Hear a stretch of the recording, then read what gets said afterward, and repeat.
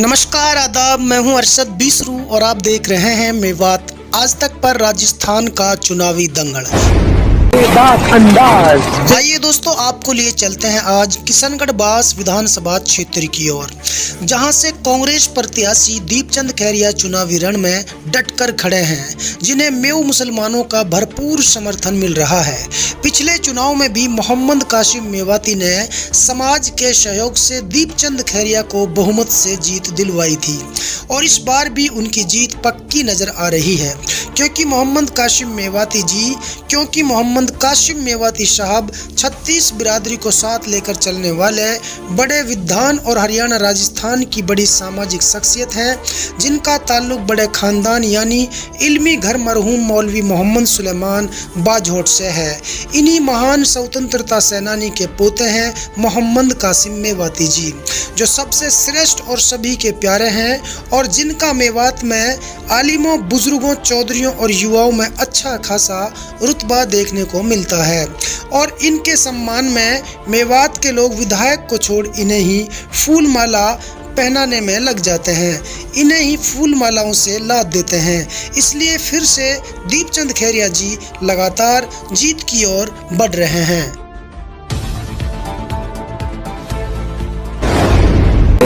अंदाज बेखौफ जुबान मेवात आज तक। उन पर भी हम एक मंच पर बैठने में कई मरतबा हम साथ नहीं हो पाते, लेकिन विधायक महोदय आप खुशकिस्मत हैं कि आपने आज हम तमाम लोगों को एक मंच पर बैठने का मौका दिया।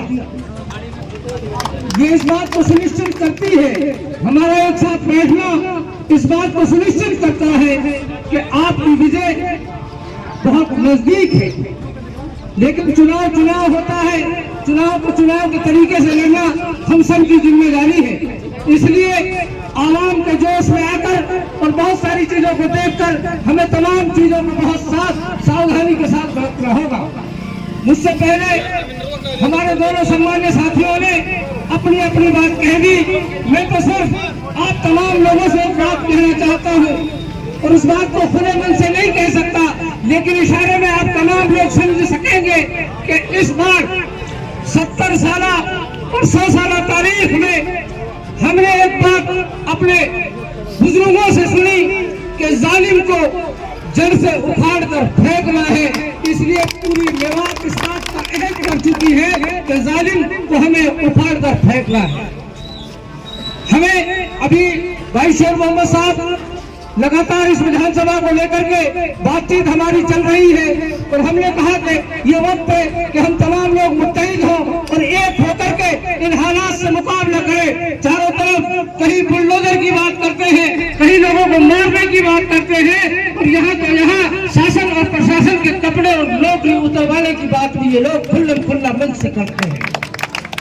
इसलिए जो लोग कानून की परवाह न करते हो, जो लोग संविधान की परवाह न करते हो, जो लोग संविधान को जलाना जानते हो, वो संविधान को हरगिज़ बता नहीं सकते।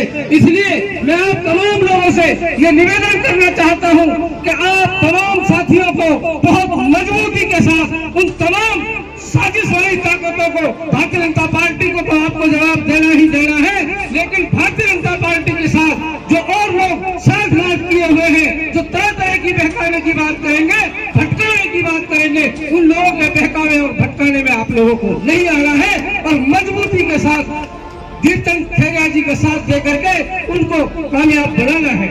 जैसा कि सदर साहब कह रहे थे, मैं इस बात को फिर दोहराना चाहता हूँ कि वैसे तो दीपचंद खैरिया जी के साथ बातचीत करने के लिए मेवात के किसी भी व्यक्ति को मध्यस्थता की आवश्यकता नहीं है।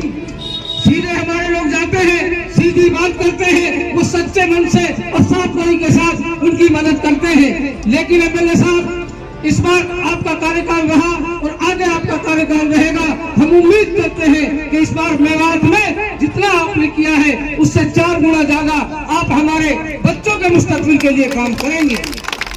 डॉक्टर एपीजे अब्दुल कलाम ने अपनी एक किताब में लिखा था कि दुनिया 3 हिस्सों में बटी है।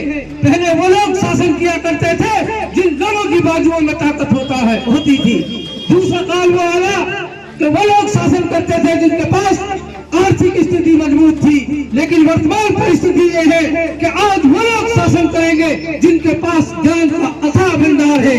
अगर आप हमारे लिए अच्छे स्कूल, अच्छे तालीम की व्यवस्था करोगे तो इंशाल्लाह हमें उम्मीद है कि ये कौम बहुत जाबाज है और बहुत बहादुर है और ये पूरा लड़ना जानती है, पढ़ना जानती है, पढ़ना जानती है, लेकिन हमें मौके की तलाश है। इस बार हमने, जैसा कि मैनेजर शहबाज साहब ने कहा कि जुहू के वायलेंस को देखते हुए जिस दिन जुहू में घटना घटी और हरियाणा का जाट समाज हमारे साथ आया, उसी दिन हम तमाम जिम्मेदार लोगों की मानसिकता परिवर्तित हो गई और हमने ये हल कर लिया कि जाट समुदाय से कोई भी व्यक्ति अगर कांग्रेस पार्टी का टिकट लेकर आएगा तो मेवात इस एहसान को निश्चित रूप से चुकाएगी और हम इसके लिए वचनबद्ध हैं। इसलिए हम आपसे उम्मीद करते हैं कि आप जीत कर विधानसभा में जाएंगे और इस मेवात के बच्चे बच्चे की खुशहाली और तरक्की के लिए काम करेंगे। जय भीम, जय भारत, जय हिंद, धन्यवाद। Thank you. दोस्तों, सबसे पहले हमारी खबर देखने के लिए सब्सक्राइब कीजिए मेवात आज तक चैनल को और साथ में दबाइए बेल आइकन घंटी।